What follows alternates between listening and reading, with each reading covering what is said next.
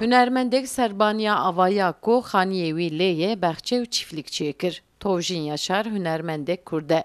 Di sala heştî de ji gundê navçeya Bismil Eser bi bajarê Amedê koçî bajêr dike.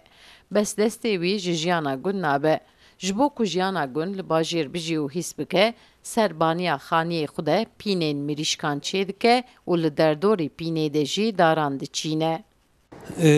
هنری وزانش خود دمه گلی کرد تا گوام جدایی که دبن ام به هنرمندی جدایی که دبن دویا د روح مو و جیانا مده هه جبر کم دست متحتی کر اوید راج گوا کم آوا کر tabi عالی کی آوا کرن لالی کی جی گند حیاتا ما گند گوام هات شهر و به حیاتا گند جی ام ناجن یعنی نفسا ما جیانا ما گرب گند وای یعنی اجباری خاطر از چاب کم جیانا گند مگو اما نبزه کی بجی از قنیبا کی بیل به درا وارو بجیبم خودینک کسب خودیبه Hünermendê Kurd dibêje jiyana xwezayî bêtir bi tenduristiye. Demdem jî li vê baxçeya xwe jî li temburê xwe lê dide û stranên xwe jî dibêje.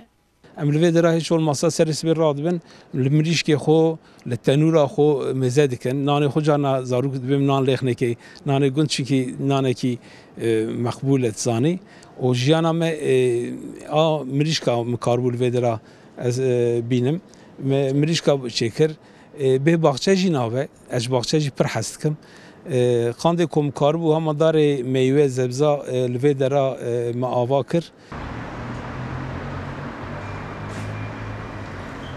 Hünermend piştî gund xwe hîç ji karê hunerê û çandiniyê jî dûr nake. Ji bo wî li serbaniya mala xwe de darê hinar, behîv û her wekî din diçîne, li aliyekê jî mirîşkan xwedî dike. Sevda Kaplan, Kurdistan TV, Amed.